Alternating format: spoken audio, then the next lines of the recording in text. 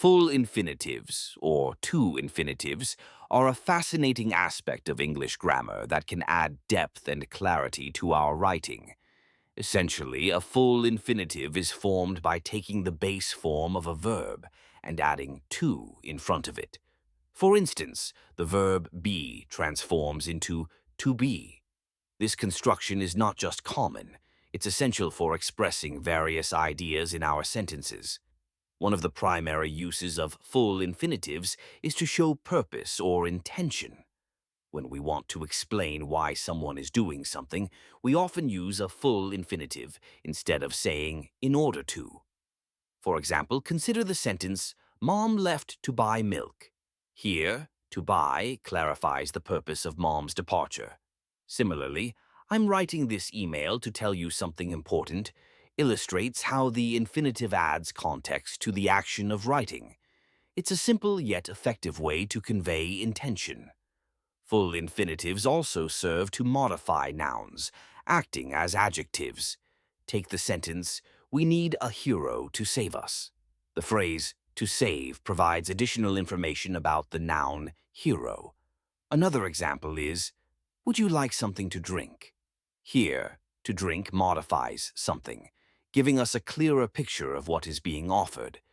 This use of infinitives enriches our language, making it more descriptive. Moreover, full infinitives can function as the subject of a sentence. When we want to discuss an action in general, we can start with a full infinitive. For instance, to love someone requires patience and understanding. This structure emphasizes the action of loving as a concept. Another example is, to go this late seems pointless. In both cases, the infinitive serves as the subject, highlighting the action itself. Another interesting application of full infinitives is after adjectives. They can add context or extra description, enhancing our sentences. For example, I'm happy to be here uses the infinitive to be to explain the speaker's happiness.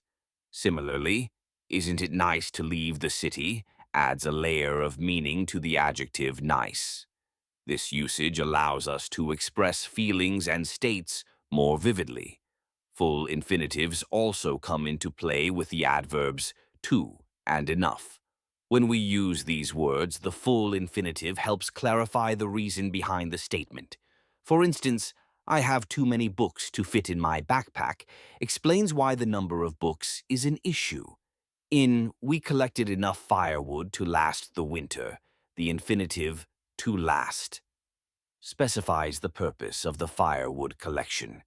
Even in the sentence, they were old enough to vote but not to drink, the infinitives provide necessary context. Additionally, full infinitives appear in phrases that start with relative pronouns like who, whom, what, where, when, and how, except for why. For example, I don't understand how to beat the level 5 boss uses the infinitive to beat to clarify the action in question. Another example is, here's a list of whom to call in an emergency. These constructions are particularly useful for providing detailed information without sounding overly complex. Lastly, certain verbs require the use of full infinitives when followed by a verb form. These verbs include afford, agree, attempt, and many others. For instance, I hope to learn uses to learn after hope, which is a common structure. Similarly, she decided to leave early shows how the infinitive to leave follows the verb decided. This pattern helps maintain clarity and consistency in our sentences. Understanding and using full infinitives effectively can significantly enhance our writing and speaking. They provide clarity, add detail, and help convey our intentions more precisely. So the next time you're crafting a sentence, consider how a full infinitive might enrich your expression.